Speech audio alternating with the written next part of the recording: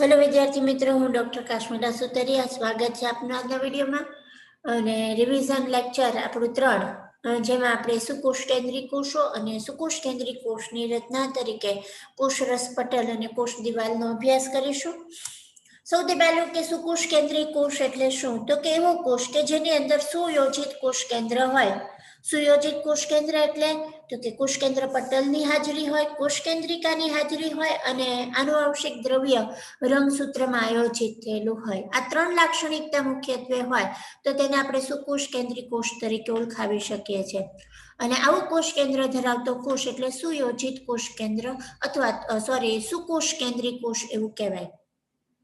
કયા કોષોનો સમાવેશ સુકોષ કેન્દ્રીય કોષમાં થાય તો એના પ્રશ્નના જવાબમાં આપણે એવું કહી શકીએ કે પ્રોટિસ્ટા, વનસ્પતિઓ, પ્રાણીઓ અને ફૂગના જે કોષો છે તે સુકોષ કેન્દ્રીય કોષો છે। અને વાત કરીએ એની બીજી આગળની લાક્ષણિકતાઓની તો પટલમય અંગિકાઓની હાજરી એ તેની લાક્ષણિકતા છે। અને કોષની અંદર આ પટલમય અંગિકાઓના કારણે કોષરસ છે તે જુદા જુદા ભાગમાં વિભાજિત થાય છે। દાખલા તરીકે આપણે ઉદાહરણ લઈએ કે આપણી પાસે કોઈ કબાટ છે અને કબાટની અંદર જો આડા પાટિયા અથવા તો આડા ના જે ખાના કરતા ભાગો ન મૂકેલા હોય તે જગ્યા કેવી રહે છે? સળંગ રહે છે, બરાબર। પણ એમાં જો વચ્ચે વચ્ચે આપણે આડા પાટિયા મૂકી દઈએ તો સળંગ જગ્યા છે એ ખાનામાં વહેંચાઈ જાય છે। તેવી જ રીતના કોષની અંદર કોષરસ છે એ સળંગ નથી રહેતો।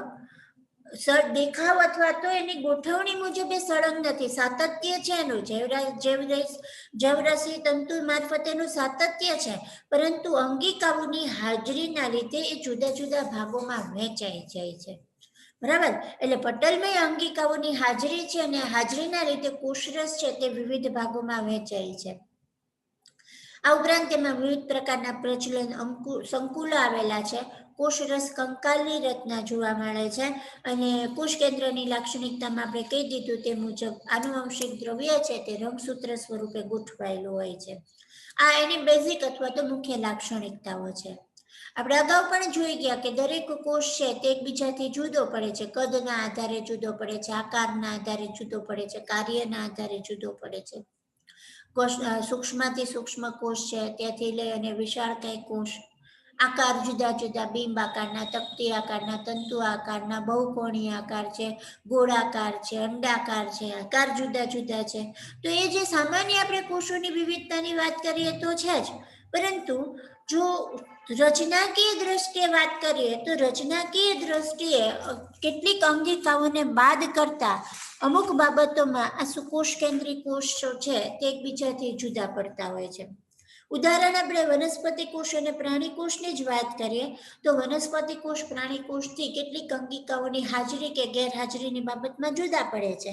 આપણે આકૃતિના આધારે સમજીએ તો સૌથી પહેલા આપણે આ કોષ જોઈએ છે વનસ્પતિ કોષ છે અને વનસ્પતિ કોષમાં આજે બહારની તરફ રહેલી આ જે રચના જોઈએ છે એની કોષ દિવાલ છે। તો વનસ્પતિ કોષમાં બાહ્ય આવરણ તરીકે કોષ દિવાલ છે, પરંતુ જો પ્રાણી કોષની આપણે વાત કરીએ તો પ્રાણી કોષમાં માત્ર કોષરસ પટલ હોય છે। કોષરસ પટલની બહારની તરફ કોષ દિવાલની હાજરી જોવા મળતી નથી। તો આ એનો પહેલો તફાવત થયો, રચનાકીય તફાવત થયો, આકાર કે કાર્યની વાત નથી, આ એનો રચનાકીય તફાવત થયો કે જેમાં વનસ્પતિ કોષમાં કોષ દિવાલ છે, પ્રાણી કોષમાં કોષ દિવાલ નથી હોતી, બરાબર। પછી આપણે વાત કરીએ તો વનસ્પતિ કોષમાં અહીંયા જોઈ શકીએ છીએ કે એક મોટો અવકાશ છે કે જેમાં કોષ રસ નથી, એટલે કોષ રસ વિહીનનો જે મોટો અવકાશ છે તેને રસધાની કહેવાય। અને વનસ્પતિ કોષમાં આવી મધ્યસ્થ મોટી રસધાની જોવા મળે છે, જ્યારે પ્રાણી કોષમાં રસધાની હોય જ તેવું જરૂરી નથી, હોય તો પણ સૂક્ષ્મ રસધાની હોય અને મોટા ભાગના પ્રાણી કોષ છે તેમાં રસધાનીનો અભાવ જોવા મળે છે। અને અપવાદ રૂપ આપણે અહીંયા એવું કહી શકીએ કે પ્રજીવ સમુદાય જે છે એક કોષી પ્રાણી, પેરામિશિયમ અને અમીબા જેવા પ્રાણીઓ છે તેમાં જે રસધાની છે તે આકુંચક પ્રકારની રસધાની જોવા મળે છે। એ સિવાયના બધા જ પ્રાણી કોષોમાં મોસ્ટલી રસધાનીનો અભાવ હોય છે, એટલે રસધાનીની હાજરી કે ગેરહાજરીના આધારે પ્રાણી કોષ જુદો પડે છે। ત્યાર પછી આપણે વાત કરીએ તો હરિતકણ, લીલી વનસ્પતિ, બરાબર છે, હરિત દ્રવ્ય ધરાવતી વનસ્પતિ અને એ વનસ્પતિ કોષની લાક્ષણિકતા એટલે તેમાં હરિતકણની હાજરી। તો વિદ્યાર્થી મિત્રો અહીંયા આપણે એક વાતનો ઉલ્લેખ એ પણ કરવો ખૂબ જરૂરી છે કે બધા જ વનસ્પતિ કોષમાં પાછું હરિતકણ હોય જ તેવું જરૂરી નથી. બધી જ વનસ્પતિને એવું નથી કહેતા બધા જ વનસ્પતિ કોષમાં હરિતકણની હાજરી ફરજિયાતપણે હોવી જ જોઈએ એવું નથી. શું કામ આપણે એવું કહી શકીએ? તો ફરીથી હું તમને કહું, હું આગળ શું બોલી હતી કે હરિત દ્રવ્ય ધરાવતા ભાગો, પર્ણ છે, કુમળા પ્રકાંડ છે, તો આવા જે હરિત દ્રવ્ય ધરાવતા વિસ્તારો છે, પુષ્પદંડ છે, વજ્રપત્રો છે, તો આવા હરિત દ્રવ્ય ધરાવતા જે વિસ્તારો છે એના જો કોષોનું આપણે સૂક્ષ્મદર્શન અવલોકન કરશું, બરાબર છે, અથવા તો માઇક્રોસ્કોપની અંદર તેનું અવલોકન કરશું તો તેમાં હરિતકણ જોવા મળશે. પરંતુ આપણે જો મૂળના કોષને માઇક્રોસ્કોપની અંદર અવલોકન કરશું તો હરિતકણ નહીં હોય. મૂળ એ ભૂમિગત ભાગ છે અને તેમાં હરિત દ્રવ્યનો અભાવ છે, અને હરિત દ્રવ્યનો અભાવ છે એટલે તેમાં હરિતકણની હાજરી જોવા નહીં મળે. પણ ઓવરઓલ આપણે લીલા હરિત દ્રવ્ય ધરાવતા ભાગોને જો ધ્યાનમાં લઈએ છીએ તો ત્યાં તેના આધારે આપણે એવું કહી શકીએ, સાર્વત્રિક રીતે એક જનરલ સ્ટેટમેન્ટ આપવું હોય તો આપણે એવું કહી શકીએ કે વનસ્પતિ કોષમાં હરિતકણની હાજરી હોય છે, પ્રાણી કોષમાં હરિતકણની હાજરી હોતી નથી. તેની બીજી લાક્ષણિકતા કે જેના આધારે વનસ્પતિ કોષ અને પ્રાણી કોષ જુદા પડે છે. ત્રીજી લાક્ષણિકતા કે જેના આધારે વનસ્પતિ કોષ અને પ્રાણી કોષ જુદા પડે છે. પછીની વાત કરીએ તો તારા કેન્દ્રની હાજરી કે ગેરહાજરી. તારા કેન્દ્ર એ પટલવિહીન અંગિકા છે અને પટલવિહીન અંગિકા માત્ર પ્રાણી કોષમાં જોવા મળે છે. વનસ્પતિ કોષમાં તારા કેન્દ્ર હોતું નથી, તારા કેન્દ્રનો અભાવ હોય છે. આ લાક્ષણિકતા વનસ્પતિ કોષ અને પ્રાણી કોષને એકબીજાથી જુદી પાડે છે. આપણે વનસ્પતિ કોષમાં જોઈ શકીએ છીએ કે કોષ સ્તરની ફરતે નિર્જીવ કોષ દિવાલ છે. નિર્જીવ કોષ દિવાલ છે એટલે અહીંયા જે કોષ રસ સ્તરમાંથી ઉદ્ભવતા જે રસાંકુરો છે, સૂક્ષ્માંકુરો છે, અહીંયા પ્રાણી કોષમાં આપણે સૂક્ષ્માંકુરો જોઈ શકીએ છીએ, વનસ્પતિ કોષમાં આવા સૂક્ષ્માંકુરોનો અભાવ છે. વનસ્પતિ કોષ અને વનસ્પતિ કોષ એકબીજા સાથે જોડાયેલા અથવા તો સંકળાયેલા રહે છે, તેમાં મધ્ય પટલ અને કોષરસ તંતુ અગત્યનો ભાગ ભજવે છે. જ્યારે પ્રાણી કોષ એકબીજા સાથે સંકળાયેલા રહે છે તેમાં એનું જે અવકાશી પ્રકારનું જે જોડાણ છે તે ખૂબ અગત્યનો ભાગ ભજવે છે. તો આમ આવી જે નાની નાની રચનાત્મક બાબતો છે કે જેના આધારે વનસ્પતિ કોષ અને પ્રાણી કોષ એકબીજાથી જુદા પડે છે તેવું આપણે સ્પષ્ટ જોઈ શકીએ છીએ. વનસ્પતિ કોષમાં જે ગોલ્ગીકાય છે તેને ડિક્ટિયોઝોમ્સ કહેવામાં આવે છે, જ્યારે પ્રાણી કોષમાં જે ગોલ્ગીકાય છે એને આપણે ગોલ્ગીકાય તરીકે જ ઓળખીએ છીએ. આવા બધા જે નાના નાના બાબતો છે તેના આધારે તો કે વનસ્પતિ કોષ અને પ્રાણી કોષ સ્પષ્ટ રીતે રચનાકીય બાબતોમાં એકબીજાથી જુદો પડે છે. કાર્યની દ્રષ્ટિએ તો જુદા પડે જ છે, પણ રચનાકીય બાબતમાં પણ એકબીજાથી જુદા પડે છે. તો આ વાત કરીએ આપણે વનસ્પતિ કોષ અને પ્રાણી કોષના તફાવતની જે પાયાની બાબતો છે તેના વિશે. હવે આપણે અભ્યાસ કરીએ સુકોષ કેન્દ્રી કોષની જો રચનાકીય બાબતોને. હવે અંગિકાઓ અને પટલની જે રચનાઓ છે તેના વિશે આપણે જો વિશેષ વાત કરવી હોય તો સૌથી પહેલા આપણે કોષરસ પટલનું બંધારણનો અભ્યાસ કરીશું. કોષરસ પટલ એ વનસ્પતિ કોષ અને પ્રાણી કોષ બંનેમાં જોવા મળે છે, બરાબર. તે કોષરસ પટલનું બંધારણ કેવું છે, તેની રચનાકીય બાબતો શું છે તેના વિશે આપણે વાત કરીએ. દરેક સજીવ, બરાબર, વનસ્પતિ, પ્રાણી, પ્રજીવ, ફૂગ એ દરેક સજીવ જે છે તેમાં કોષની ફરતે પાતળી, નાજુક, સ્થિતિસ્થાપક અને પસંદગીમાન પ્રવેશશીલ જીવંત આવરણ હોય છે. આ બધી જ લાક્ષણિકતાઓને યાદ રાખવી. પાતળું છે, નાજુક છે, સ્થિતિસ્થાપક છે, પસંદગીમાન પ્રવેશશીલ છે અને સૌથી અગત્યનું તો કે જીવંત આવરણ છે.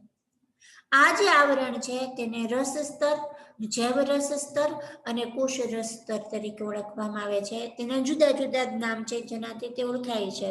પ્લાઝમા મેમ્બ્રેન જેને આપણે કહીએ છીએ, રસ સ્તર, જૈવ રસ સ્તર અથવા તો કોષ રસ સ્તર. એટલે પહેલી વાત કરીએ આપણે કે કોષરસ પટલ કહેવાય કોને, તો પ્રાણી કોષ હોય, વનસ્પતિ કોષ હોય કે જેમાં પાતળું, નાજુક, સ્થિતિસ્થાપક, પસંદગીમાન પ્રવેશશીલ હોય અને જીવંત આવરણ છે તેને આપણે રસ સ્તર, જૈવ રસ સ્તર અથવા તો કોષ રસ સ્તર કહેવાય છે. તેનું રાસાયણિક બંધારણ જોઈએ તો રાસાયણિક બંધારણમાં લિપિડ, પ્રોટીન અને કાર્બોદિતનો સમાવેશ થાય છે. જેમાં લિપિડનું પ્રમાણ 40% છે, પ્રોટીનનું પ્રમાણ 58 થી 59% છે અને કાર્બોદિતોનું પ્રમાણ 1 થી 2% છે. બરાબર, આ એનું રાસાયણિક બંધારણ થયું. જુદા જુદા કોષ જે છે તેમાં લિપિડ પ્રોટીનના પ્રમાણમાં ફેરફાર હોઈ શકે છે. દાખલા તરીકે અહીંયા આપણે જોઈએ છે કે મનુષ્યના રક્તકણનો જે કોષરસ પટલ છે તેમાં લિપિડ પ્રોટીનનું જે પ્રોટીન લિપિડનું જે પ્રમાણ છે તે 52% 40% છે.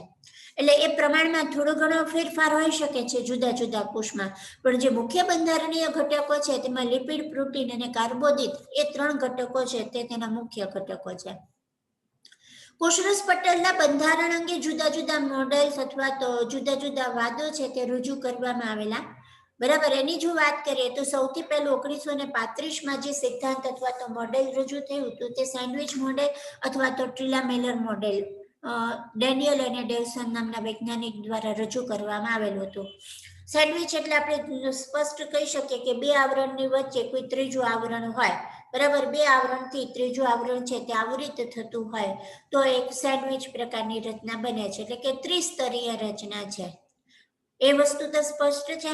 મોડેલમાં તો કે લિપિડનું દ્વિસ્તર હોય અને પ્રોટીનના 2 સિંગલ સ્તર હોય. અહીંયા આપણે આકૃતિ જોઈ શકીએ છીએ કે આ લિપિડના 2 સ્તર છે અને સળંગ આ પ્રોટીનના સિંગલ સ્તર બંને બાજુ એક એક એમ પ્રોટીનનું સિંગલ સ્તર જોવા મળે છે અને અહીંયા આ રીતના પ્રોટીનનું સ્તર જોવા મળે છે અને તેની વચ્ચેથી તો કે આવા છિદ્રની રચના થાય છે.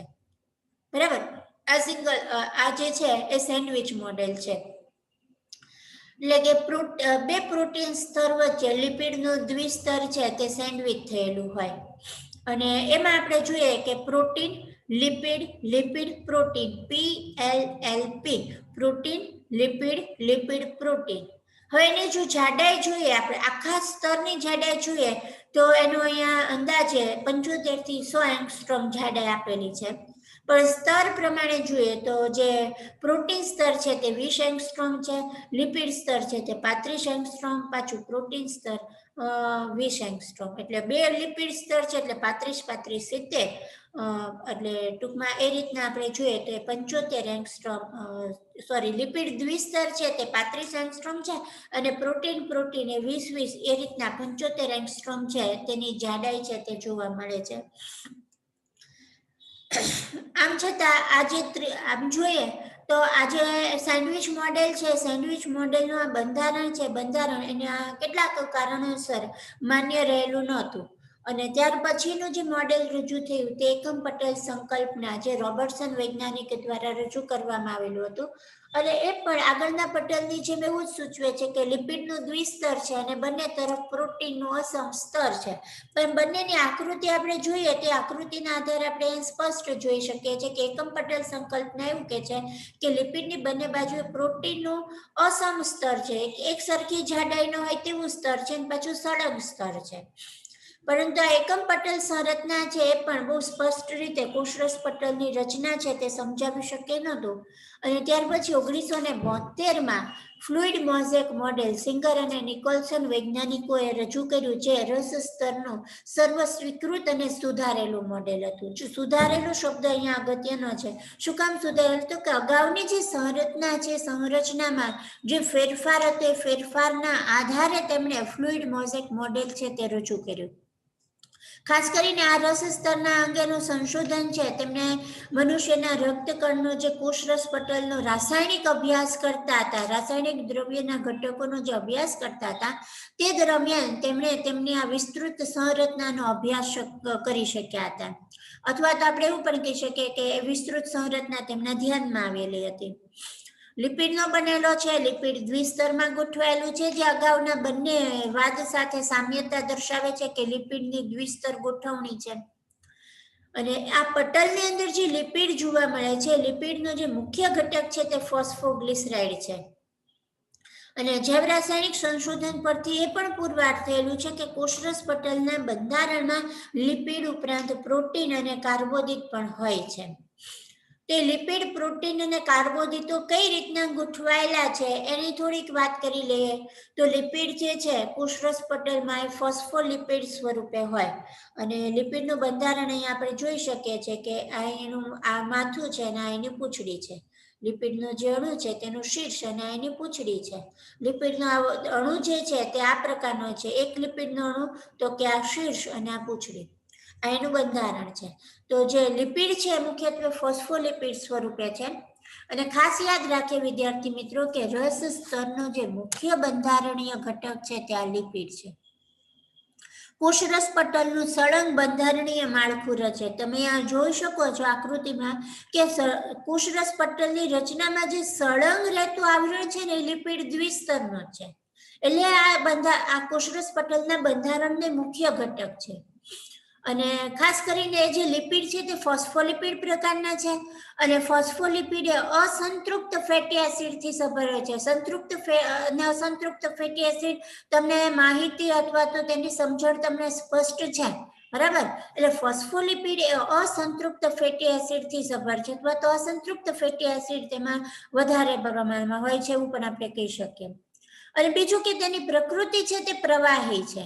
અસંતૃપ્ત ફેટી એસિડ છે અને તેની પ્રવાહી પ્રકૃતિના કારણે ફોસ્ફોલિપિડ જે છે તે કોષરસ પટલને એક તરલતા આપે છે.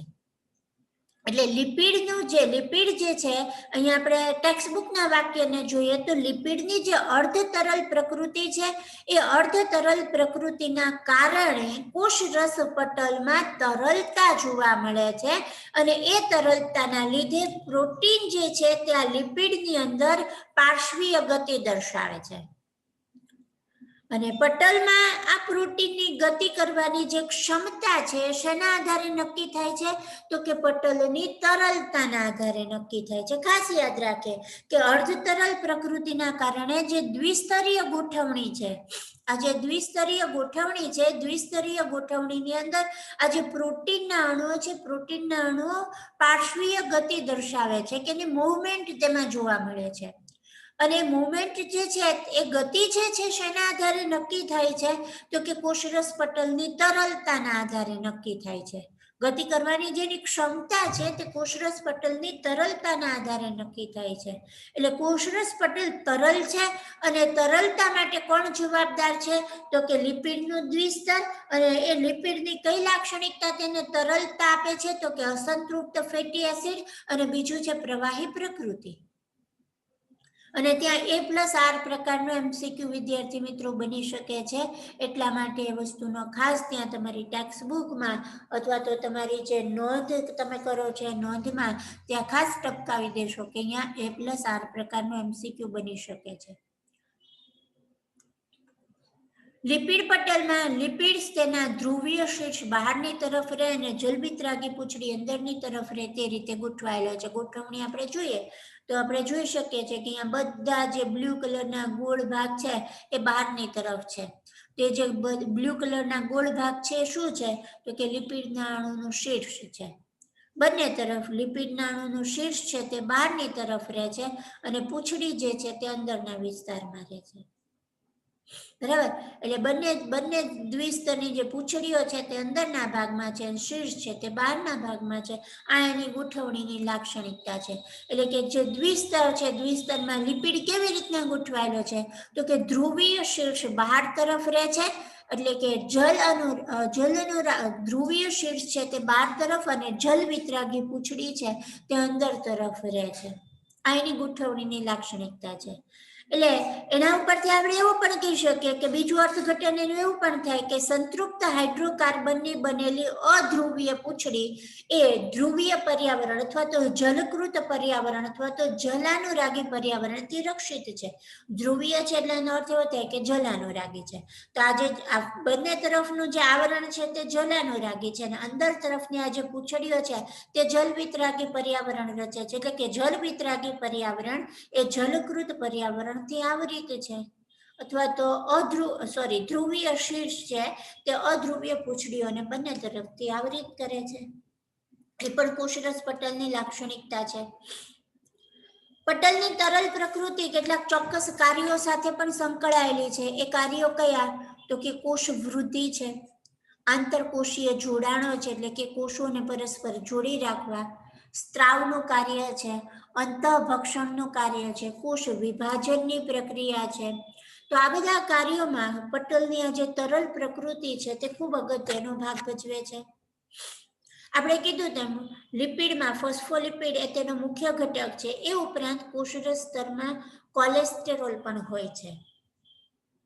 અને કોલેસ્ટેરોલ જે છે, આપણે કીધું ફોસ્ફોલિપિડ છે થોડું પ્રવાહી પ્રકૃતિ છે, પણ કોલેસ્ટેરોલ જે છે તે ફોસ્ફોલિપિડ કરતાં વધારે દ્રઢ છે. તેથી એ રસ સ્તરના બંધારણને સ્થાયી બનાવે છે. જો એકદમ તરલ પ્રકૃતિ રસ સ્તરની, બરાબર છે, તો રસ સ્તરનું બંધારણ પણ સ્થાયી નથી રહેતું. તો રસ સ્તરના બંધારણને સ્થાયિત્વ કયો અણુ આપે છે? તો કે કોલેસ્ટેરોલ આપે છે. આદિકોષ કેન્દ્રી કોષના રસ સ્તરના બંધારણમાં કોલેસ્ટેરોલ નથી હોતું, પરંતુ તેના બદલે હેફનોઇડ્સ હોય છે. અહીંયા યાદ રાખીએ કે સુકોષ કેન્દ્રી કોષમાં કઈ રચના કોષરસ પટલને સ્થાયી બનાવે? તો કે કોલેસ્ટેરોલ. અને આદિકોષ કેન્દ્રી કોષમાં કઈ રચના? તો કે હેફનોઇડ્સ. હવે પ્રોટીનની વાત કરીએ તો પ્રોટીન જે છે તે આપણે આકૃતિમાં જોયું કે અલગ અલગ રીતે પ્રોટીનની ગોઠવણી છે તે જોવા મળે છે. તો એ જે ગોઠવણી છે એ ગોઠવણીને એકચ્યુઅલી બે ભાગમાં અથવા તો પ્રોટીનને બે પ્રકારમાં વહેંચવામાં આવે છે.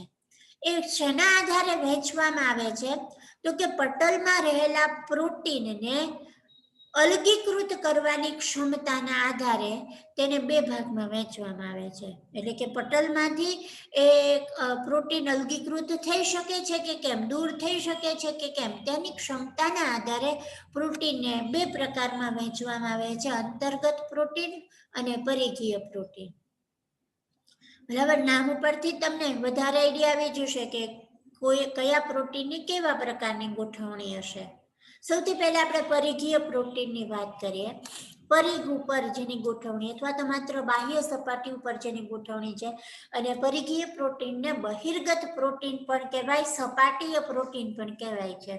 તેનું સ્થાન, ખાસ કરીને તેનું સ્થાન અને તેને અલગીકૃત કરવાની ક્ષમતાના આધારે કહી શકાય. અહીં આપણે આકૃતિમાં જોઈએ કે દાખલા તરીકે આ કોષરસ પટલ છે, અને એ કોષરસ પટલમાં અહીંયા માત્ર સપાટી ઉપર જ જે પ્રોટીન પ્રક્ષેપિત થયા હોય તે સપાટીય પ્રોટીન અથવા તો પરિઘીય પ્રોટીન અથવા તો તેને બહિર્ગત પ્રોટીન કહેવાય છે.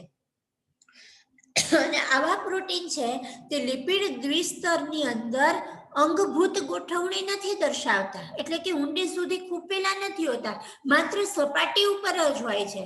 અને આવા સપાટી ઉપર પ્રક્ષેપિત થયેલા અથવા તો સપાટી ઉપર ગોઠવાયેલા જે પ્રોટીન છે તેને સરળતાથી બાહ્ય પરિબળોની અસરથી સરળતાથી કોષરસ પટલમાંથી દૂર કરી શકાય છે. એટલે જે બહિર્ગત પ્રોટીન સપાટીય પ્રોટીન કે સ્થાનના આધારે પરિઘીય પ્રોટીન કહેવાય છે. એકમાત્ર પ્રોટીન સ્પેક્ટ્રિન જે છે તે કુંતલાકાર બહિર્ગત પ્રોટીન છે અને તે અંતર્ગત પ્રોટીન સાથે જોડાયેલો હોય છે. આ એક શબ્દ તમારી માટે નવો છે કે સ્પેક્ટ્રિન એક કુંતલાકાર બહિર્ગત પ્રોટીન છે અને તે અંતર્ગત પ્રોટીન સાથે જોડાયેલો છે, અને આ જોડાણના લીધે તે સ્પેક્ટ્રિન એ કોષરસીય કંકાલનો ભાગ છે. કેટલીક કોષીય પ્રક્રિયાઓ માટે આ રચના જરૂરી છે. એટલે અહીંયા માહિતી માટે વસ્તુ આપણે અહીંયા ઉલ્લેખ કર્યો છે કે સ્પેક્ટ્રિન એ બહિર્ગત પ્રોટીન છે, કુંતલાકાર બહિર્ગત પ્રોટીન છે, અને આ એકમાત્ર એવું બહિર્ગત પ્રોટીન છે કે જે અંતર્ગત પ્રોટીન સાથે જોડાઈને કોષરસીય કંકાલનો ભાગ બને છે. અંતર્ગત પ્રોટીન પટલમાં કાં તો અંશતઃ ખૂપેલા છે અથવા તો સંપૂર્ણપણે ખૂપેલા છે. અહીંયા આપણે જોઈ શકીએ છીએ કે આ સંપૂર્ણપણે રસ સ્તરની આરપાર નીકળે છે, બરાબર છે. એટલે અંતર્ગત પ્રોટીન છે આ અડધી સુધી ખૂપેલો છે, અંશતઃ ખૂપેલો છે. એટલે કાં તો તે સંપૂર્ણપણે ખૂપેલો હોય અથવા તો અંશતઃ ખૂપેલો હોય, તો તે પ્રોટીન છે એ લિપિડ દ્વિસ્તરની વચ્ચે પ્રક્ષેપિત થયેલો છે, એટલે તેને સરળતાથી દૂર કરી શકતા નથી. આવા પ્રોટીનને સ્થાન, ગોઠવણી અને તેની આ લાક્ષણિકતાના આધારે અંતર્ગત પ્રોટીન કહેવાય. અને આવા એમાંથી જે સંપૂર્ણ ખૂપેલા પ્રોટીન છે તે વહનના કાર્ય સાથે સંકળાય છે. પોરિન્સ છે, ટનલ અથવા તો માર્ગ બનાવે છે, બરાબર, આયન માર્ગ બનાવે છે અથવા તો વહન માર્ગ બનાવે છે, વાહક પંપ તરીકે કાર્ય કરે છે, જે વહનના ચેપ્ટરમાં આપણે ભણ્યા છીએ. તો આ જે સંપૂર્ણપણે ખૂપેલા પ્રોટીન છે તે રસ સ્તરમાં ખાસ કરીને કોષના વહનના કાર્ય સાથે સંકળાય છે અને વહનના કાર્ય મુજબ તે પોરિન, ટનલ, ચેનલ, પંપ વગેરે તરીકે ઓળખવામાં આવે છે. કોષરસ્તર પ્રોટીન ઉપરાંત કોષરસ્તરની જે બહારની બાજુ છે ત્યાં આગળ ગ્લાયકોપ્રોટીન અને ગ્લાયકોલિપિડના ઓલિગોસેકેરાઇડ્સ હોય છે. આપણે કીધું ને કે કાર્બોદિત હોય છે, તે કાર્બોદિત કયા? તો કે ગ્લાયકોપ્રોટીન, ગ્લાયકોલિપિડ, ઓલિગોસેકેરાઇડ. એના જે ઓલિગોસેકેરાઇડ્સ છે તે કોષરસ સપાટીની કોષરસ્તરની બહારની સપાટી હોય છે. અહીંયા જોઈએ છે આ શર્કરા છે. આ જે શર્કરા છે, શર્કરા શું છે? તો કે ગ્લાયકોપ્રોટીન છે, ગ્લાયકોલિપિડના ઓલિગોસેકેરાઇડ્સ છે. અહીંયા કોલેસ્ટેરોલ બતાડ્યા છે. આ જે પીળા ટપકા છે કોલેસ્ટેરોલ બતાડ્યા છે. એટલે આપણે ટેક્સ્ટ બુક સિવાયનું તો કાંઈ ભણતા જ નથી, નામ નિર્દેશનમાં છે જ તે. તમે આ જુઓ છો નામ નિર્દેશનમાં કોલેસ્ટેરોલ આપ્યું છે તો ટેક્સ્ટ બુકમાં કોલેસ્ટેરોલનો રોલ દાખલા તરીકે નથી આપ્યો તો તમને પ્રશ્ન થશે કોલેસ્ટેરોલ શું કામ કરે છે? આમાં કોલેસ્ટ્રોલનો ઉલ્લેખ નથી અને આકૃતિમાં બતાડ્યું છે. આકૃતિમાં છે એટલે આપણે એને એના ભાગ તરીકે ભણીએ છીએ, તેના વિશે માહિતી આપીએ છીએ. બરાબર.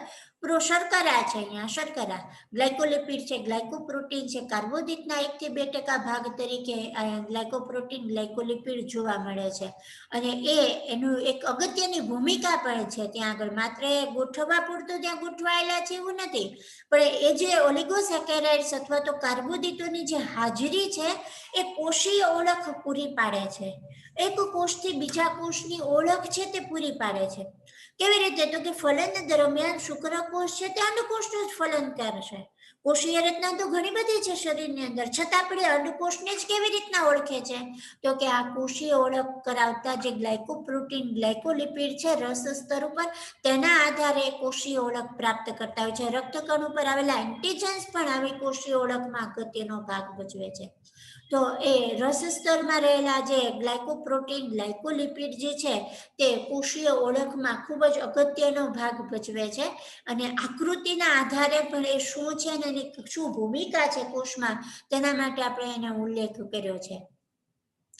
કોષ રસ સ્તરનું જે ખૂબ અગત્યનું કાર્ય છે ને તે વહનનું છે. બાકી બધા કાર્યો સાથે તો સંકળાયેલું છે, પણ કોષની અંદર જે વહનનું કાર્ય છે એ વહનના કાર્યમાં કોષ રસ સ્તર ખૂબ જ સારી રીતે સંકળાયેલું છે અથવા તો વહનનું કાર્ય જ કોષ રસ સ્તર દ્વારા થાય છે. તો કોષરસ સ્તર દ્વારા જે વહનનું કાર્ય થાય છે એ વહનના પ્રકારની જો આપણે વાત કરીએ તો અહીંયા આપણે જોઈએ કે વહનના મુખ્ય 3 પ્રકાર છે: નિષ્ક્રિય અથવા તો મંદ વહન, સાનુકૂલિત વહન અને સક્રિય વહન.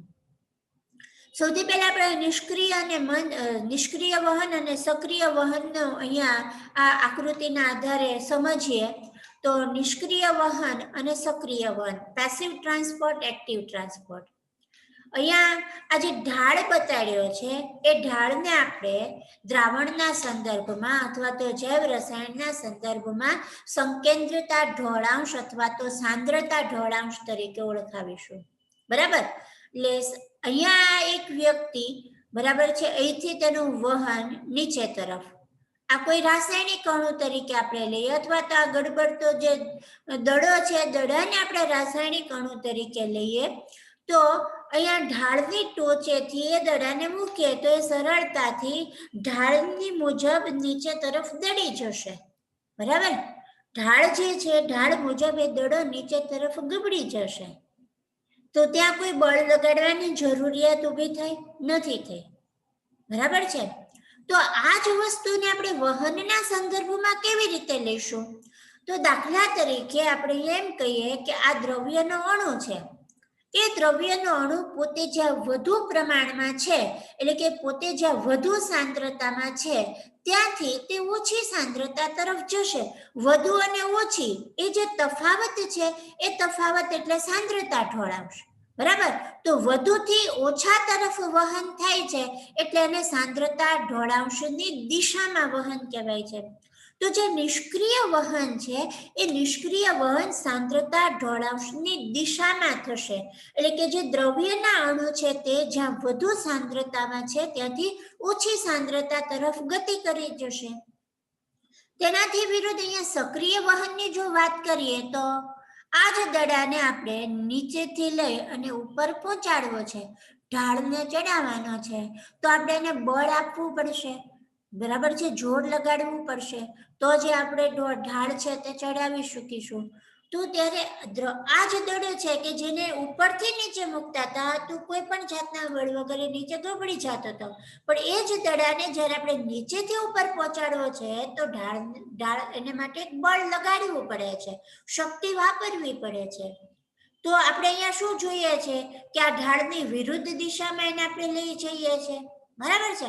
તો એવી જ રીતના જ્યારે દ્રવ્યના અણુઓ પોતે ઓછી માત્રામાં છે ત્યાંથી વધુ માત્રામાં જ્યારે ગતિ કરશે ત્યારે તેને તે શક્તિનો ઉપયોગ કરવો પડશે, શક્તિનો વપરાશ કરવો પડશે, અને એ શક્તિનો વપરાશ એટલે કે એટીપીના અણુનો એ વપરાશ કરે છે. આમ સાંદ્રતા ઢોળાંશની વિરુદ્ધ દિશામાં એ ગતિ કરે છે, ઓછા છે ત્યાંથી વધુ તરફ ગતિ કરે છે. સાંદ્રતા ઢોળાંશની વિરુદ્ધ દિશામાં જ્યારે જવું છે ત્યારે શક્તિનો ઉપયોગ કરવો પડશે, અને આમ શક્તિના ઉપયોગથી સાંદ્રતા ઢોળાંશની વિરુદ્ધ દિશામાં જ્યારે દ્રવ્યના અણુનું વહન થશે ત્યારે તેને સક્રિય વહન કહેવાય છે. તો સૌથી પહેલી વસ્તુ કે નિષ્ક્રિય વહન અને સક્રિય વહન શું છે? તો નિષ્ક્રિય વહન છે તે સાંદ્રતા ઢોળાંશની દિશામાં વહન પામશે, એટલે કે દ્રવ્યના અણુ પોતે જ્યાં વધુ સાંદ્રતામાં છે ત્યાંથી ઓછી સાંદ્રતા તરફ વહન પામે છે. સક્રિય વહન શું છે? સાંદ્રતા ઢોળાંશથી વિરુદ્ધ દિશામાં વહન થાય છે, એટલે કે દ્રવ્યના અણુ જ્યાં ઓછી સાંદ્રતામાં છે ત્યાંથી વધુ સાંદ્રતા તરફ વહન પામશે, ત્યાં એટીપીની શક્તિનો વપરાશ થશે. તો આ જે બેઝિક જેનો મુખ્ય તફાવત છે, તફાવત તમને સમજાણો છે નિષ્ક્રિય વહન અને સક્રિય વહન શું છે. હવે આપણે આગળ અહીંયા આકૃતિના આધારે જોઈએ, કોષરસ પટલની આરપાર દ્રવ્યના વહનના સંદર્ભમાં જોઈએ તો અહીંયા આ પેસિવ ટ્રાન્સપોર્ટ એટલે કે નિષ્ક્રિય વહન અને એક્ટિવ ટ્રાન્સપોર્ટ એટલે કે સક્રિય વહન. બરાબર, અહીંયા જે બતાડ્યું છે કે મંદ વહન અથવા તો નિષ્ક્રિય વહનમાં પણ પાછા બે પ્રકાર છે, પ્રસરણ અને સાનુકૂલિત પ્રસરણ અથવા તો સાનુકૂલિત વહન. બરાબર, જે નિષ્ક્રિય વહન છે એના પાછા બે પેટા પ્રકાર છે, પ્રસરણ અને બીજું છે સાનુકૂલિત પ્રસરણ અથવા તો સાનુકૂલિત વહન. તો આપણે પહેલા પ્રસરણ અને સાનુકૂલિત પ્રસરણ વચ્ચેનો તફાવત જોઈએ. પ્રસરણ શું છે? તો કે દ્રવ્યના અણુઓ લિપિડ દ્વિસ્તરની આરપાર સાંદ્રતા ઢોળાંશને અનુસરીને સહેલાઈથી વહન પામે તો તે પ્રસરણ છે. બરાબર, આ વસ્તુ અહીંયા સમજી શકાય એવી છે કે લિપિડ દ્વિસ્તરની આરપાર દ્રવ્યના અણુઓ પોતે જે વધુ સાંદ્રતામાં છે ત્યાંથી ઓછી સાંદ્રતા તરફ ગતિ કરી જાય છે, એ ઘટના એટલે પ્રસરણ કહેવાય છે. પણ અહીંયા આપણે જોઈએ છીએ આકૃતિમાં જોઈએ છે આ અને આ બંને આકૃતિમાં તફાવત છે. અહીંયા જ્યારે દ્રવ્યના અણુઓ વહન પામે છે ત્યારે પ્રોટીન અણુ છે નથી. અહીંયા દ્રવ્યના અણુઓ વહન પામે છે તો એ ક્યાંથી કઈ રીતે વહન પામે છે? તો કે પ્રોટીન અણુની આરપાર વહન પામે છે. અહીંયા આકૃતિ અત્યારે તમે ખાલી જોઈ લેજો, પછી હું થિયરીમાં તમને સમજાવું છું એ જ વસ્તુ. પ્રોટીનના અણુઓ જે છે દ્રવ્યના અણુઓ જે છે તે પ્રોટીનમાંથી વહન પામે છે, અથવા તો પ્રોટીન દ્વારા એક છેડે ગ્રહણ થાય અને બીજા છેડે મુક્ત થાય છે. બરાબર, આ જે ઘટના છે તેને સાનુકૂલિત પ્રસરણ કહેવાય છે. આ સાનુકૂળતા કોણે કરી આપે છે? તો કે પ્રોટીનના અણુઓ કરી આપે છે. અહીંયા કોઈ સાનુકૂળતાની જરૂર નથી, દ્રવ્યના અણુ આપમેળે લિપિડ દ્વિસ્તરની આરપાર પસાર થઈ જાય છે, પણ અહીંયા તો કે પ્રોટીન અણુ તેને સાનુકૂળતા કરી આપે છે, પછી જે પસાર થઈ શકે છે.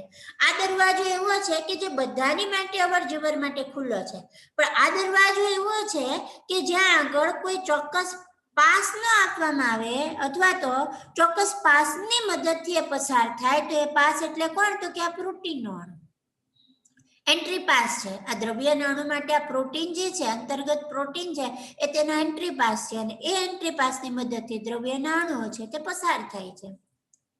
તો અનુકૂળતા કરી આપી, દ્રવ્યના અણુને વહન માટેની અનુકૂળતા કરી આપી એટલે તેને સાનુકૂલિત વહન અથવા તો સાનુકૂલિત પ્રસરણ કહેવાય છે. અહીંયા પણ પ્રક્રિયા સાંદ્રતા ઢોળાંશને અનુસરીને થાય છે. દ્રવ્યના અણુ જે વધુ છે ત્યાંથી ઓછા તરફ જ ગતિ કરી જાય છે. તો આ બંને નિષ્ક્રિય વહન ત્યાં સક્રિય વહન અહીંયા જોઈ શકીએ છીએ કે દ્રવ્યના અણુ અહીંયા જે વહન પામતું દ્રવ્યનો અણુ છે આ ચોરસ છે, તો અહીંયા જે ચોરસ પ્રકારના દ્રવ્ય દાખલા તરીકે સોડિયમ છે, તો અહીંયા સોડિયમના અણુની સંખ્યા ઓછી છે અને ઓછાથી વધુ તરફ તેને લઈ જવાનો છે, બરાબર. તો ત્યાં આગળ તો કે એટીપીની શક્તિનો ઉપયોગ થાય છે, પણ અહીંયા જે પ્રોટીન કામ કરે છે અને અહીંયા જે પ્રોટીન કામ કરે છે, બંનેની કામગીરીમાં તફાવત છે. શું તફાવત છે? તો કે અહીંયા પ્રોટીન એટીપીની શક્તિનો ઉપયોગ કરતો નથી, અહીંયા પ્રોટીન એટીપીની શક્તિનો ઉપયોગ કરે છે, બરાબર. એટલે આમ આ ત્રણેયનો ડિફરન્સ તમને આકૃતિ પરથી એકદમ સ્પષ્ટ થઈ જાય છે કે અહીંયા કોઈ પણ અણુની મધ્યસ્થી વગર દ્રવ્ય પોતે જ્યાં વધુ છે ત્યાંથી ઓછા તરફ વહન પામે છે. અહીંયા પણ સાંદ્રતા ઢોળાવ મુજબ જ વહન થાય છે, પણ પ્રોટીન અણુની મધ્યસ્થી છે, અને અહીંયા તો કે સાંદ્રતા ઢોળાવથી તદ્દન વિરુદ્ધ દિશામાં વહન થાય છે. પ્રોટીન અણુ જ ક્યાંક વહનનું કામ કરે છે, પણ એટીપી શક્તિનો વપરાશ કરીને કરે છે. એ જ વસ્તુ અહીંયા જીફ ઇમેજમાં પણ તમે જોઈ શકો છો. આ જે જીફ ઇમેજ છે, જીફ ઇમેજ શું દર્શાવે છે? તો કે લિપિડ દ્વિસ્તરની આરપાર દ્રવ્ય પોતે વધુ છે ત્યાંથી ઓછા તરફ ગતિ કરે છે. અહીંયા આ પ્રસરણ થયું, આ સાનુકૂલિત પ્રસરણ થયું, આ પણ પ્રોટીન મારફતે વધુ છે ત્યાંથી ઓછા તરફ વહન પામે છે, અને આ છે તે સક્રિય વહન થયું. અહીંયા જોઈએ છે કે શક્તિના ઉપયોગથી ઓછાથી વધુ તરફ દ્રવ્યના અણુ વહન પામે છે. હવે આપણે એના થિયરી પોઈન્ટ્સ જોઈએ. તો થિયરી શું કહે છે? નિષ્ક્રિય અથવા તો મંદ વહન.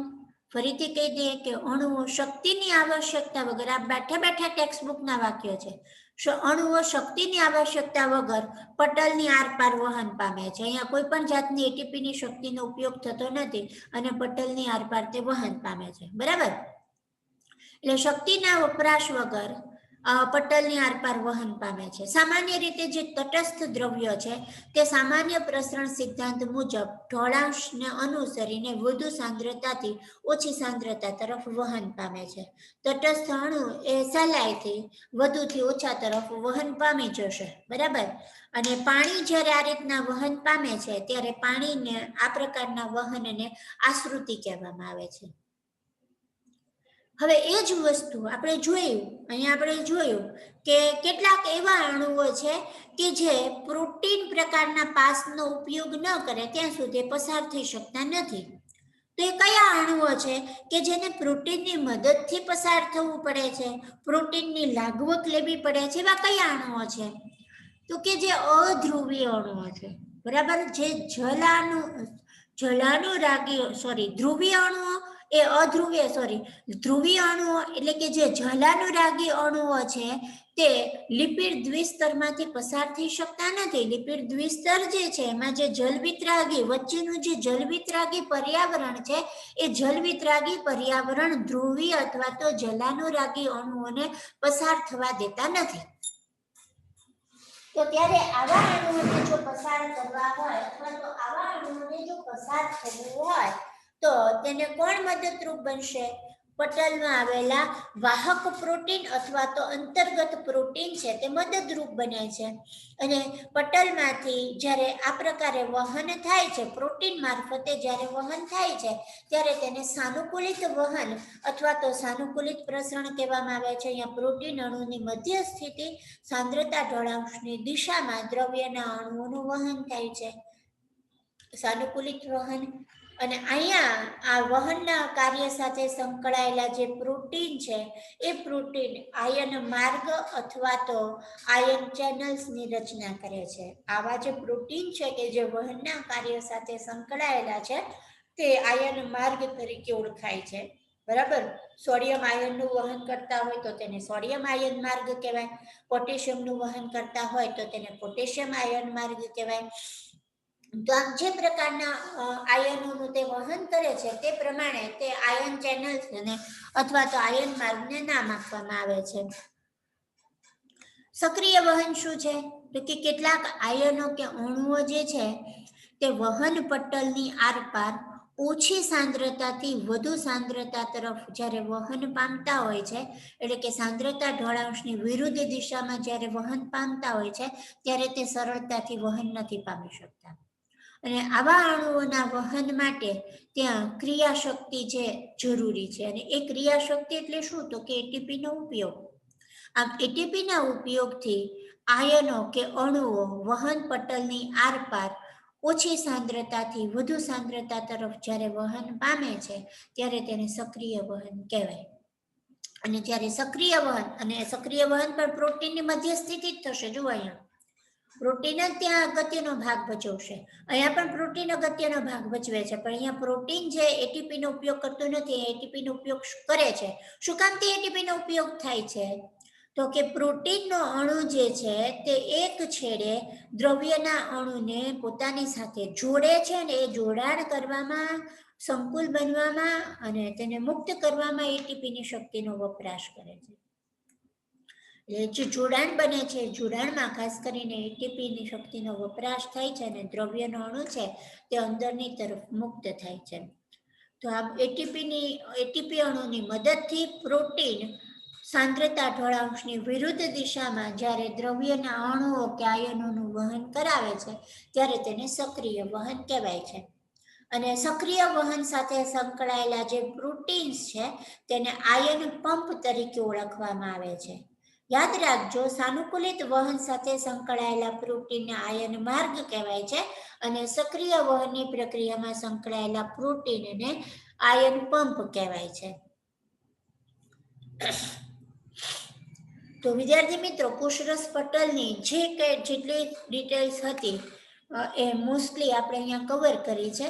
બરાબર. ત્યાર પછી આપણે જોઈએ કે વનસ્પતિ કોષ સાથે સંકળાયેલી અગત્યની જે આવરણીય રચના છે તે કોષ દિવાલ છે.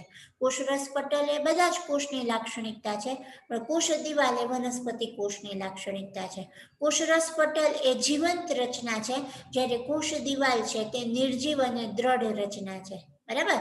એટલે કોષ દિવાલ સંરચના આપણે જોઈએ. ફૂગ અને વનસ્પતિ કોષો જે છે તેની ફૂગ છે, લીલ છે, આવા જે વનસ્પતિ કોષો છે એ વનસ્પતિ કોષોમાં રસ સ્તરની બહાર તરફ નિર્જીવ દ્રઢ રચના આવેલી હોય છે, જેને કોષ દિવાલ કહેવાય છે. લીલ, ફૂગ અને વનસ્પતિમાં એની જે કોષ દિવાલની રચના કરતા ઘટકો છે તે જુદા જુદા છે.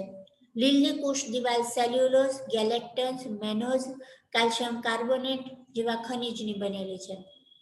ફૂગની કોષ દિવાલના બંધારણીય ઘટકો જોઈએ તો કાઇટિન અને પોલિસેકેરાઇડની બનેલી છે.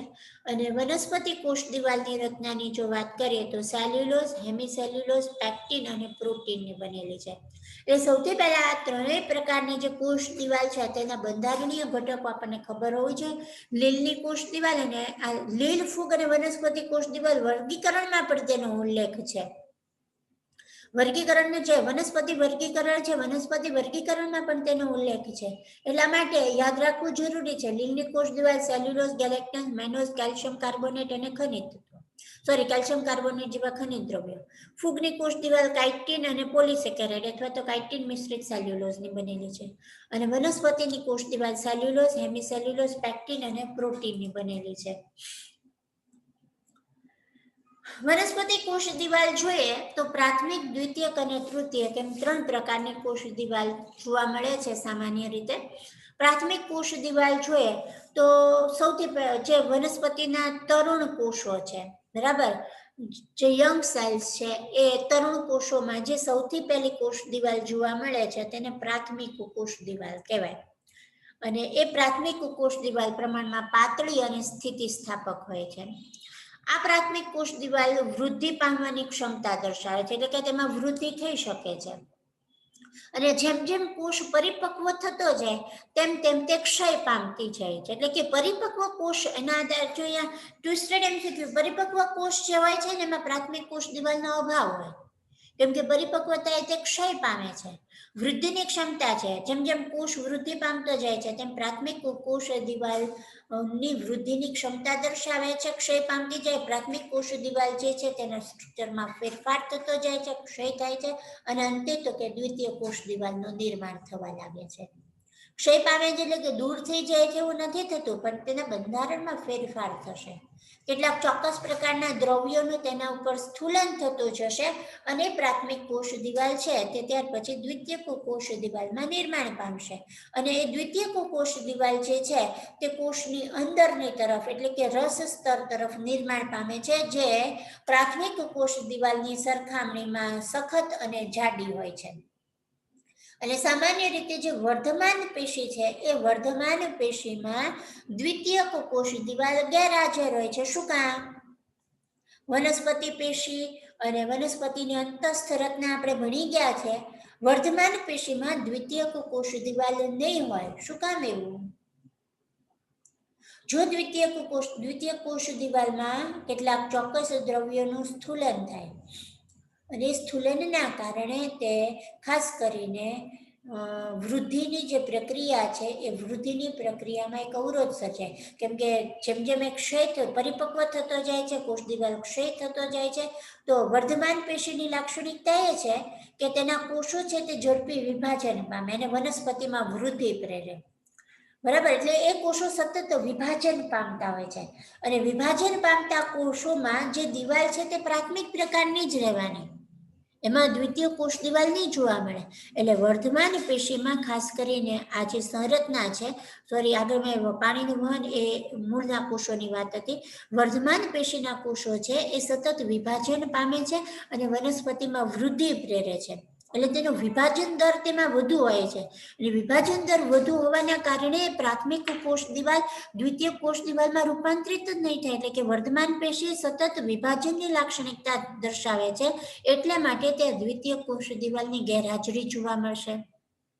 પાણીના વહનમાં પણ એક ત્યાં એ વસ્તુ થોડુંક ત્યાં અહીંયા એ પોઈન્ટ નથી લાગુ પડતો, પણ વર્ધમાન પેશી વનસ્પતિમાં વૃદ્ધિ પ્રેરે છે, સતત વિભાજન પામે છે અને સતત વિભાજન પામતા હોવાના કારણે એ કોષો છે તેમાં દ્વિતીય કોષ દિવાલનો અભાવ જોવા મળે છે. તૃતીય કોષ દિવાલ અનાવૃત બીજધારી વનસ્પતિની માત્ર ને માત્ર અનાવૃત બીજધારી વનસ્પતિમાં જ જોવા મળે છે અને એમાંય તે જલવાહિનીમાં જ જોવા મળે છે. તો આ પ્રાથમિક, દ્વિતીયક અને તૃતીયક કોષ દિવાલની વાત કરી. કોષ દિવાલના અંતસ્થ રચનામાં અથવા તેનું જે કોષ દિવાલનું રચનાકીય કંકાલ છે તેની અંદર સેલ્યુલોઝના સૂક્ષ્મ તંતુ આવેલા હોય. આ જે છે એ સેલ્યુલોઝના સૂક્ષ્મ તંતુઓ છે બ્લુ કલરના, અને એ સેલ્યુલોઝના સૂક્ષ્મ તંતુઓની વચ્ચે તો કે પેક્ટિન છે, હેમિસેલ્યુલોઝ છે, આ બધા દ્રવ્યો તેમાં ગોઠવાયેલા હોય છે. હેમિસેલ્યુલોઝ, પેક્ટિન, લિગ્નિન આ દ્રવ્યો એ સેલ્યુલોઝના જે સૂક્ષ્મ તંતુકો છે તેની વચ્ચે ગોઠવાયેલા હોય છે અને આ રીતે કોષ દિવાલનો આધારક રચાય છે. આ કોષ દિવાલનો આધારક આ જે છે મધ્ય પટલ છે, આ કોષ દિવાલની સંરચના છે અને આ કોષ રસ પટલ છે.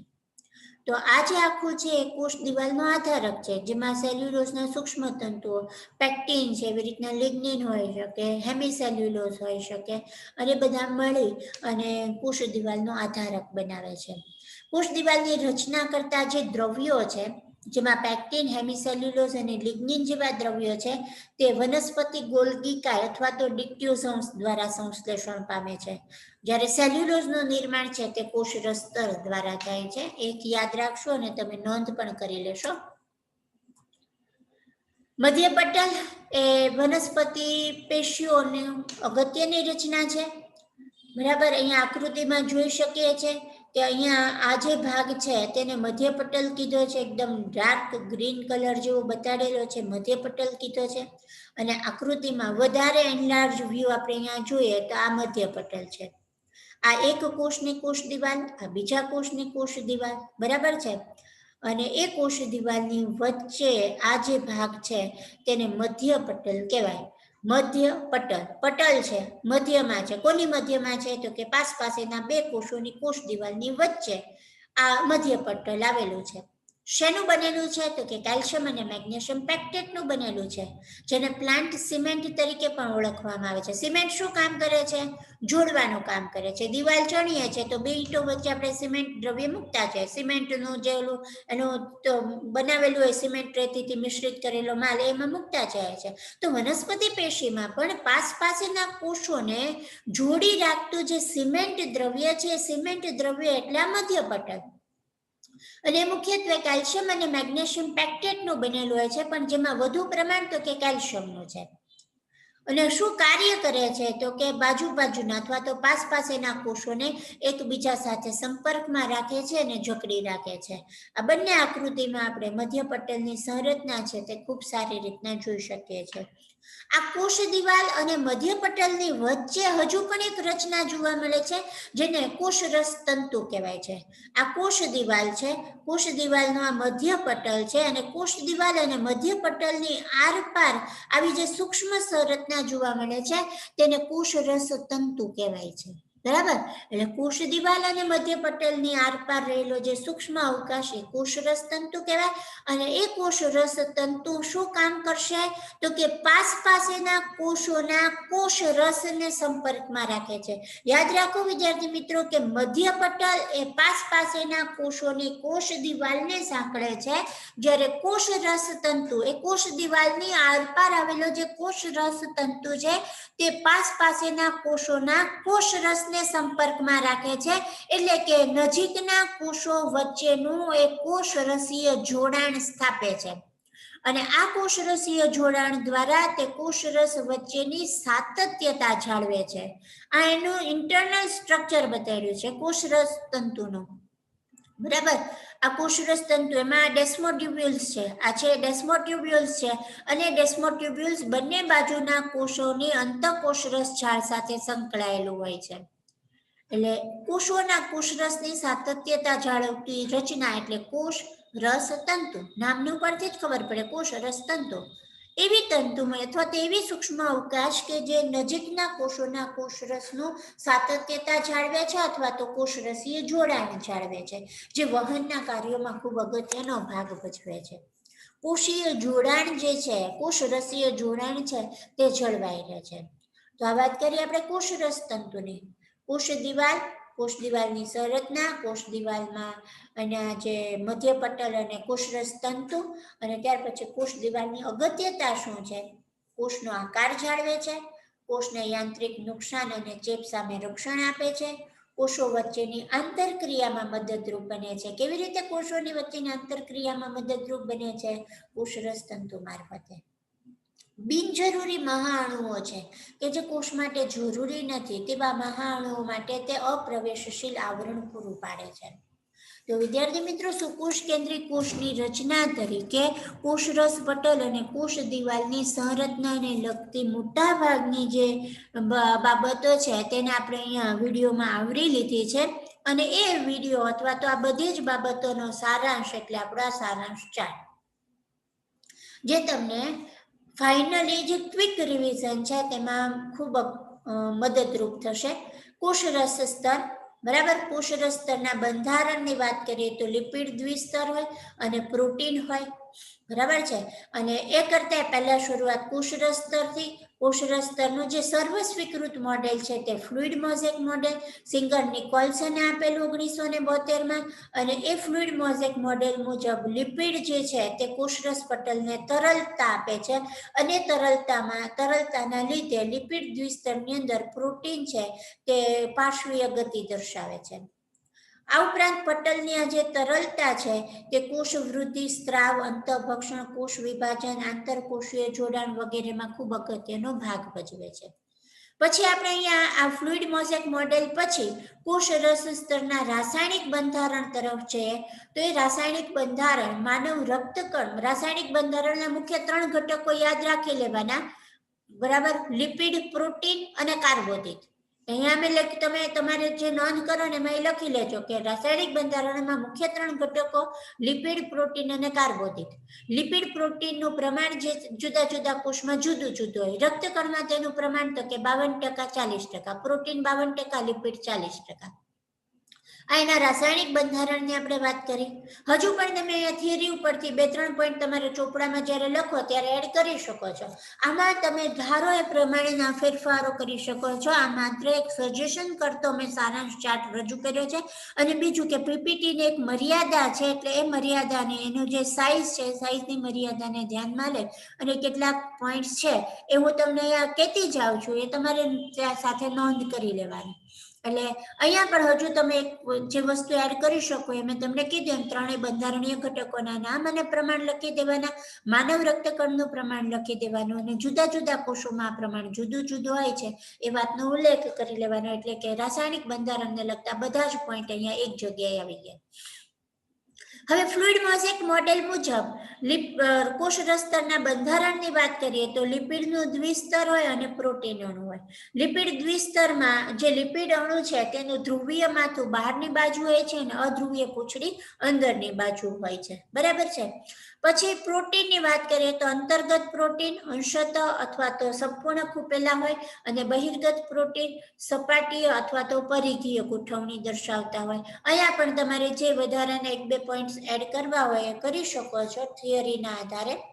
અને કોષરસ પટલની જે પ્રકૃતિ એ શું છે તો કે પસંદગીમાન પ્રવેશશીલ પટલ છે અને આ પસંદગીમાન પ્રવેશશીલ પટલના કારણે કોષરસ સ્તર જે છે તે કોષના વહનના કાર્ય સાથે સંકળાયેલું છે અને એ જે વહન છે તેના મુખ્ય 2 પ્રકાર છે, નિષ્ક્રિય વહન, સક્રિય વહન. નિષ્ક્રિય વહનમાં જો ધ્રુવીય અણુ હોય એટલે કે જે જલાનુરાગી અણુ છે તે જલાનુરાગી અણુનું સાનુકૂલિત વહન અથવા તો સાનુકૂલિત પ્રસરણ પ્રેરાય છે. તટસ્થ આયનો છે તે પ્રસરણની પ્રક્રિયા દ્વારા વહન પામે છે અને જ્યારે પાણી આવી રીતના પ્રસરણ દ્વારા વહન પામે છે ત્યારે તેને આશ્રુતિ કહેવામાં આવે છે. સક્રિય વહન એટીપીની શક્તિનો વપરાશ થાય છે અને ખાસ કરીને એ જે વહનના કાર્ય સાથે સંકળાતા પ્રોટીન છે તે સોડિયમ પોટેશિયમ પંપ તરીકે ઓળખવામાં આવે છે. તો અહીંયા કોષરસ સ્તરને લગતી મોસ્ટલી વિગત જે છે તે સારાંશ ચાર્ટમાં મૂકીએ છીએ. આમ છતાં પણ તમને ટોપિકને કેવી રીતે રિવિઝનમાં કયા પોઈન્ટ્સને લઈ લેવા છે, કવર કરવા છે એ મુજબ આ સારાંશ ચાર્ટમાં ફેરફાર પણ કરી શકશો. અને જો સારાંશ ચાર્ટ તમે તમારી જાતે બનાવશો તો એ તમને સૌથી વધારે ઉપયોગી બનશે અને યાદ પણ રાખી શકશો. તમારું જે ફાઇનલ ક્વિક રિવિઝન છે કે જ્યાં તમારે મોટા મોટા ચોપડાના પાના નથી ફેરવવા, તો આ ક્વિક રિવિઝન માટેનો આ જે સારાંશ ચાર્ટ છે એ તમને ખૂબ ઉપયોગી બનશે. તો હું તો તમને એટલું સજેસ્ટ કરીશ જ કે સારાંશ ચાર્ટ તમે બનાવો. જાતે બનાવો તો વેલ એન્ડ ગુડ છે, ન બનાવી શકો તો હું તમને અહીંયા આપતી જાઉં છું. કોષ દિવાલની વાત કરીએ. કોષ દિવાલ નિર્જીવ અને સખત રચના છે. કોષરસ સ્તરની બહારની તરફ આવેલી હોય છે. જુદા જુદા કોષ દિવાલની વાત કરીએ તો બેક્ટેરિયામાં પેપ્ટિડોગ્લાયકન્સ હોય છે. લીલની વાત કરીએ સેલ્યુલોઝ, ગેલેક્ટન્સ, મેનોઝ, ખનિજ દ્રવ્યો, કેલ્શિયમ કાર્બોનેટ. ફૂગની વાત કરીએ તો કાઇટિન અને પોલિસેકેરાઇડ અથવા તો કાઇટિન મિશ્રિત સેલ્યુલોઝની બનેલી છે. વનસ્પતિ સેલ્યુલોઝ, હેમિસેલ્યુલોઝ, પેક્ટિન અને પ્રોટીનની બનેલી છે. 3 પ્રકાર: પ્રાથમિક, દ્વિતીયક અને તૃતીયક કોષ દિવાલ. પ્રાથમિક કોષ દિવાલ વૃદ્ધિ પામવાની ક્ષમતા. તરુણ કોષોમાં મુખ્યત્વે પ્રાથમિક કોષ દિવાલ હોય અને પરિપક્વતાએ તેમાં સ્થૂલન થઈ અને દ્વિતીય કોષ દિવાલમાં ફેરવાય છે. દ્વિતીયક કોષ દિવાલ કોષની અંદરની તરફ નિર્માણ પામે છે એટલે કે કોષરસ તરફ નિર્માણ પામે છે અને તૃતીયક કોષ દિવાલ માત્ર અનાવૃત બીજધારીમાં જોવા મળે છે અને એ અનાવૃત બીજધારીમાં તે કયા કોષો તો કે જેલવાહિનીના કોષો છે. કોષ દિવાલની બીજી 2 અગત્યની રચના મધ્યપટલ અને કોષરસ તંતુ. મધ્યપટલ પાસેના કોષોની કોષ દિવાલને સાંકળતું સિમેન્ટ દ્રવ્ય એટલે મધ્યપટલ જે કેલ્શિયમ અને મેગ્નેશિયમ પેક્ટેટનું બનેલું છે. કોષરસ તંતુ કોષ દિવાલ અને મધ્યપટલની આરપાર જે સૂક્ષ્મ તંતુમય રચના છે તેને કોષરસ તંતુ કહેવાય છે, જે પાસેના કોષોના કોષરસનું સાતત્ય જાળવે છે. કોષ દિવાલનું કાર્ય: કોષનો આકાર જાળવે છે, યાંત્રિક નુકસાન અને ચેપ સામે રક્ષણ આપે છે, આંતરક્રિયામાં મદદરૂપ બને છે અને બિનજરૂરી મહાણુઓ માટે અપ્રવેશીલ આવરણ પૂરું પાડે છે. અહીંયા મોસ્ટલી બધી જ વિગતોને આપણે કવર કરી લીધી છે. આશા છે કે આજના રિવિઝન વિડીયોનો તમને જે પોઈન્ટ છે એ ટોપિક છે તે સારી રીતના ક્લિયર થયો હશે. Thank you.